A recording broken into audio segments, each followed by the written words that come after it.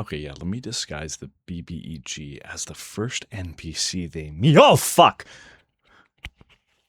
Hi, how's it hanging? My name's Dead Fox. Welcome to my Dungeons & Dragons channel. And today, we're going to go over how I started a Dungeons & Dragons campaign with absolutely no experience, and how you can too. So first things first, my qualifications for talking about how to start a Dungeons & Dragons campaign are literally, I have a camera, I have a computer, I have a YouTube channel, and I've started a Dungeons & Dragons campaign with literally no experience. So if you have absolutely no experience in starting a Dungeons & Dragons campaign or playing Dungeons & Dragons in general, and you want to start one for your friends, you're in the right place. I promise you, this is going to be super easy, and it's a lot less daunting than it sounds. First things first, arguably the hardest part is getting 5 or 6 people together and getting them to commit to at least a semi-consistent schedule.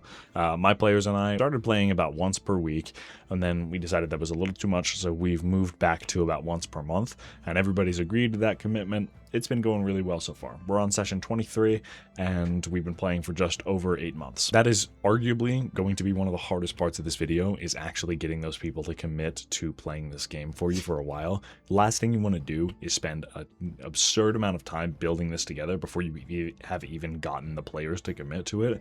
You pitch the idea, you say, let's play Dungeons & Dragons, and nobody wants to play. Second part of starting a Dungeons & Dragons campaign is kind of like a 2-part bit.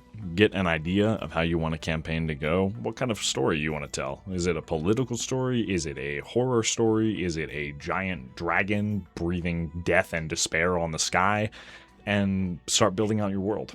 What I ended up doing for the first 2 months is building out the starting town and the starter general area that they would be exploring. So there's a couple of caves that I built out nearby, there's a mountain range, there's a forest, and then there's the starter town. That was where I focused most of my energy, was on that starter town. The mayor of that town, some of the businesses that they have there, like a tavern, a armory, a bakery, and that kind of thing. And then just kind of added some lore here and there. I didn't really do a lot of the lore stuff at the very beginning. Kind of what I did was I built out main characters that I would assume they would encounter within the first 3 to 4 sessions, which, the mayor of the town, captain of the town guard, tavern keeper, shopkeeper, armorsmith, just kind of like some core people you would see in a game of Elder Scrolls, like Oblivion or Skyrim. Think of Oblivion. The opening, you meet the Emperor. So, in that case, it's kind of different. Basically, the first person that you would think to encounter the players in this campaign would be the person I would spend the most time working on.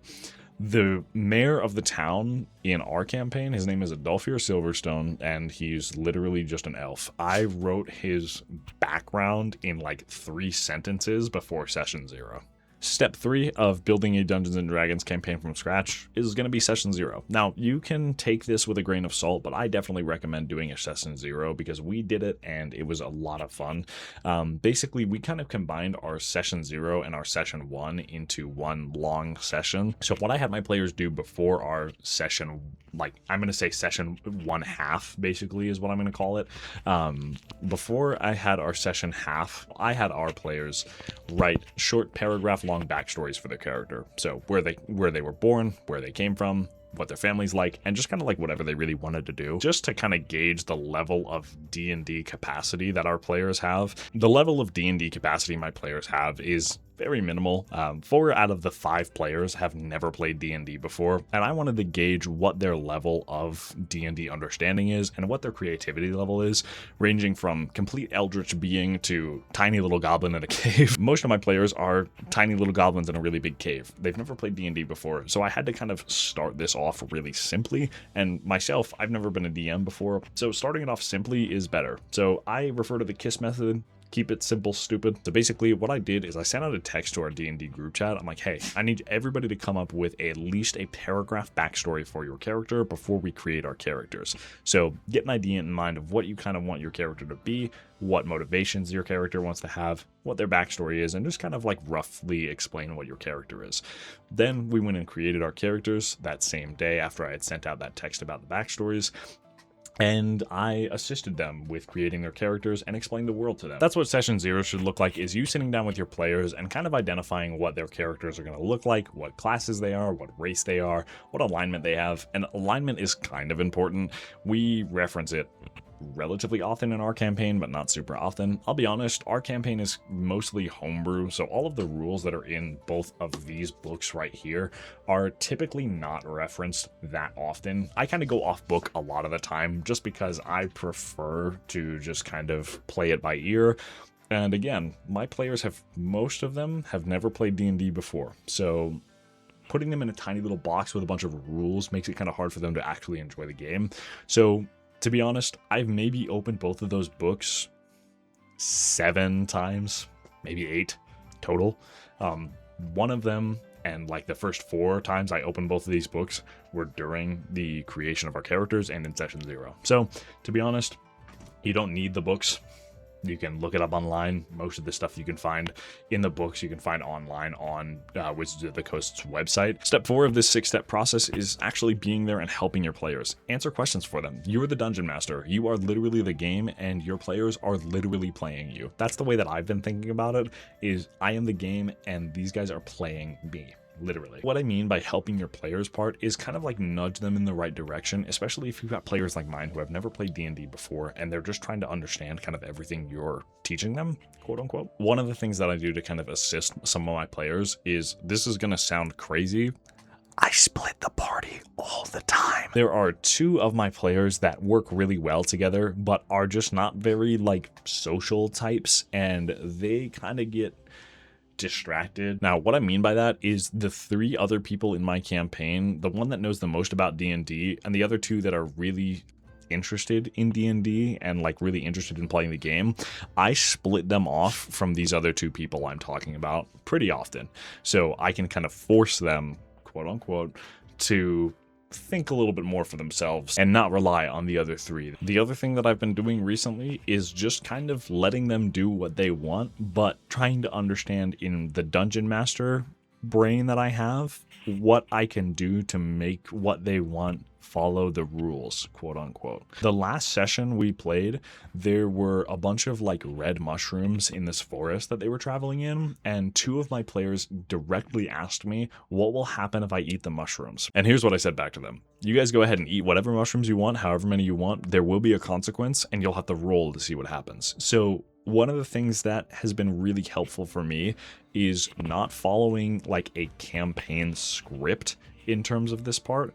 So I kind of just let them do whatever they want, and that's really helpful for my players because, again, they've never played D&D before, so I can't expect them to like get confined in this tiny little box of, this is the mission, this is what we have to do, we need to do this and this and this, because one of my players likes to burn down forests for some fucking. Helping your players by knowing the people you're playing with and nudging them in a correct direction that you think is a good way to get them through the campaign and the objectives of the campaign that you, the dungeon master, set in place is nice, but you don't want to railroad your players, right? The one thing I've been trying to instill in my players is the fact that they can do literally whatever they want, whenever they want, and it will have consequences, but it will affect the campaign in a positive or negative way depending on what they want to do. So if I have a certain idea of where I want them to go, I will kind of give them a light nudge in that direction. Like if I want them to go to a specific like cave or tower, I'll just be like, hey, so you guys heard rumor while you were traveling through town that there's some weird shit going on at this cave back east, right?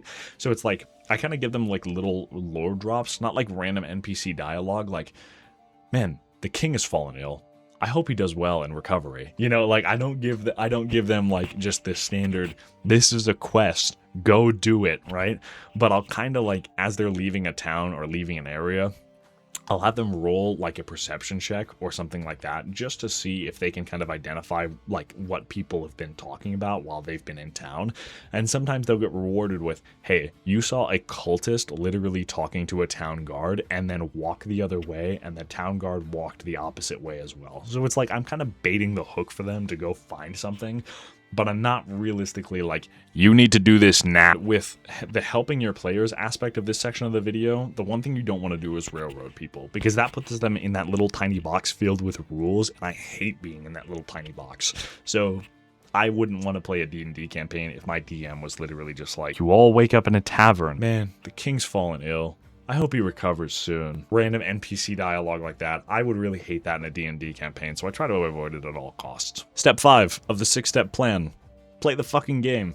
Probably the hardest part about playing the game is learning what spells and what weapons do what. That's been the biggest challenge for me, and I kind of have it on my laptop when we're in the middle of a game. If somebody says like, hey DM, what does this do? I literally just look it up and spit back what Google tells me, because I don't know realistically a lot about D&D in terms of the rules, spell casting and all that stuff. I'm learning it as much as they are learning it every single time we play the game. So I have just kind of given up on knowing everything and just really put all of my focus into actually playing the game and having some fun. But D&D is all about rolling dice. Let your players roll dice all of the time. I make my players roll dice for pretty much everything. It's a really big part of the game for us is making ability checks, spellcast rolls, and actually rolling damage and that kind of thing. The way that the game is played is you say, hey DM, I want to do this to this NPC, and I tell you, yeah, you have to roll this and this to make it happen, but I'll let you do it. The last thing you want to do when your players come up to you with an idea is say, no, you can't do that actually. Make them earn that shit. One of the ways that Brennan Lee Mulligan, the DM of Critical Role, the way he does it is awesome. And I watch a lot of Critical Role, so I pick up a lot of tips and tricks from them.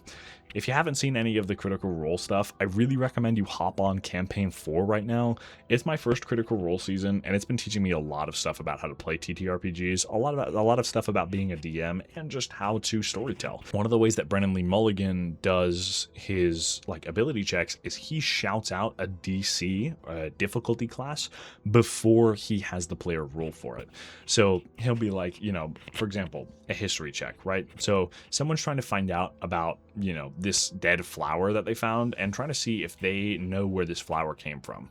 And Brennan's like, yeah, you can roll to see if you find that out by rolling a history or religion check, and the DC is 23 because it's a dead flower that you just found on the side of the road. There's some more stuff I'll dive into about ability checks and all that stuff, the way I do it, which I'm going to be working on that video next. So just go ahead and subscribe down below if you're interested in seeing more about how to actively make ability checks fair for your players. Now we're talking about step 6 of my 6-step plan, and step 6.